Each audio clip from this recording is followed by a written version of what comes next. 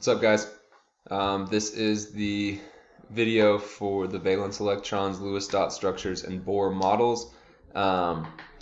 This is going to cover quite a bit, but valence electrons are a review from last week. We already know that valence electrons are just the electrons in the outermost shell or the outermost energy level of an atom.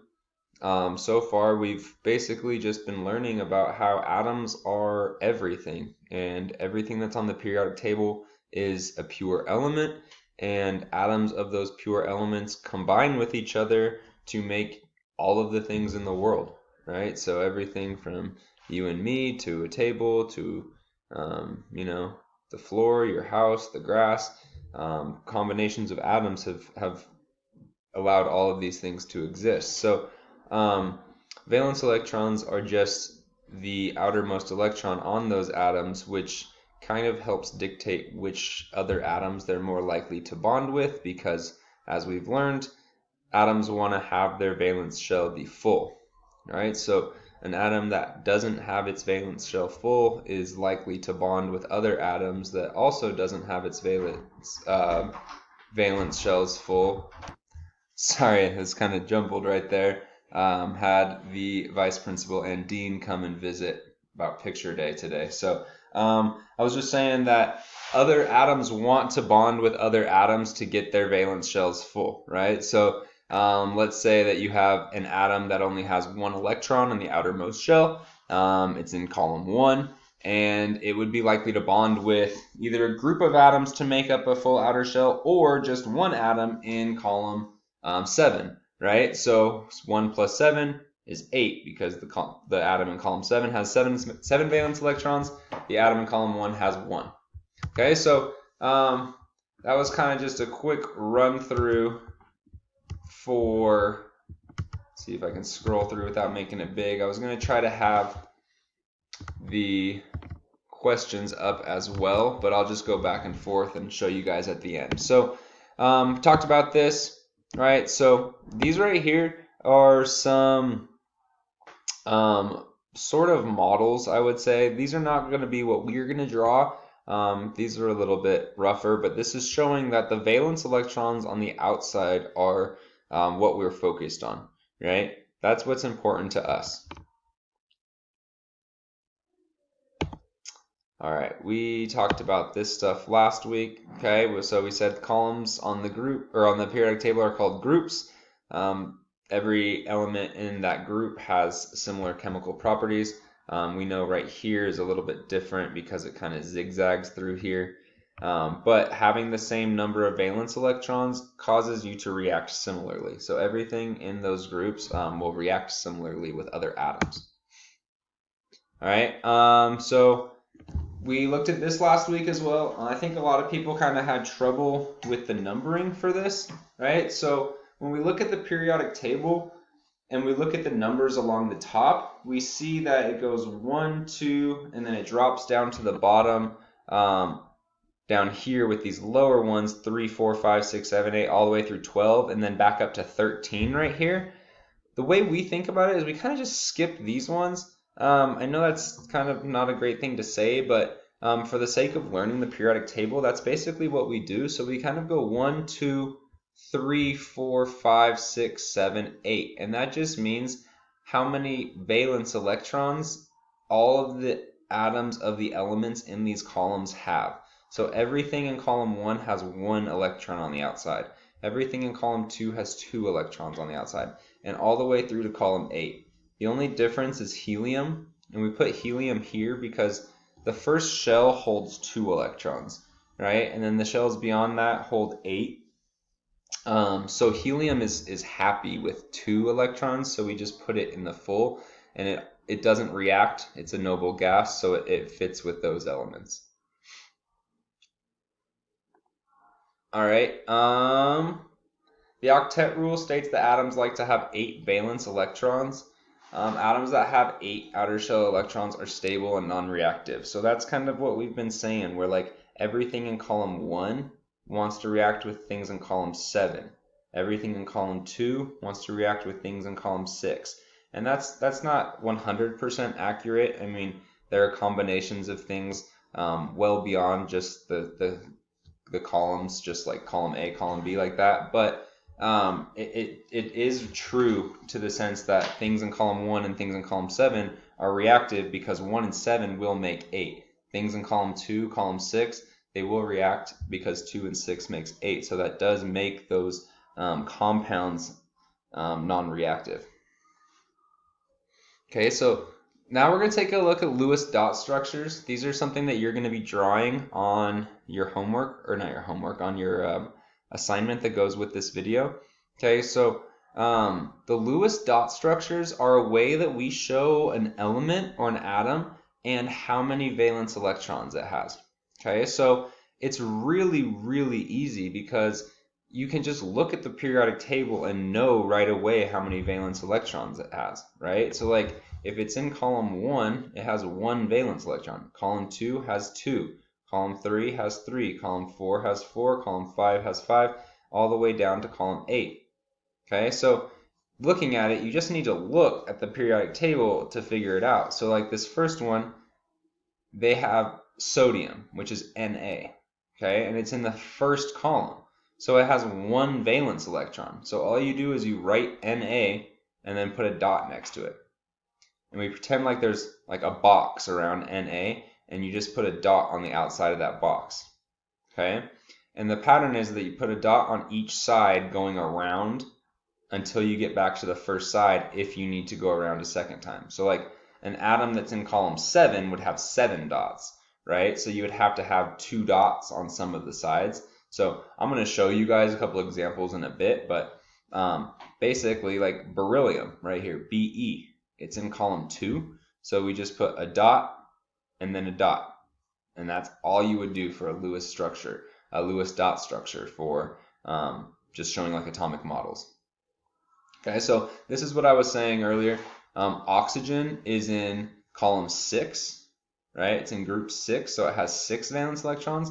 So what they did here is they just started right here and they put a dot, and they moved to the next part of the box, put a dot, next part of the box, put a dot, next part of the box, put a dot, and now we're back to the first part. This is electron 5, put another dot for electron 6. And now we have shown that oxygen has 6 valence electrons. Okay, so one more example, kind of lay out these instructions for you if you need to pause it and think about this. So you're just going to look at the element you want to draw, and you're going to see what group it's in. Okay, so like this example, they chose calcium. Calcium is Ca, and it's in group 2. Right, so they just wrote Ca, they put a dot, they put a dot. Okay, easy enough. Now Bohr diagrams. Okay, Bohr diagrams are how we're going to actually model our atoms. Okay, Lewis dot structures just show us, they just show us the valence electrons. Bohr diagram shows us all of the electrons. Okay, so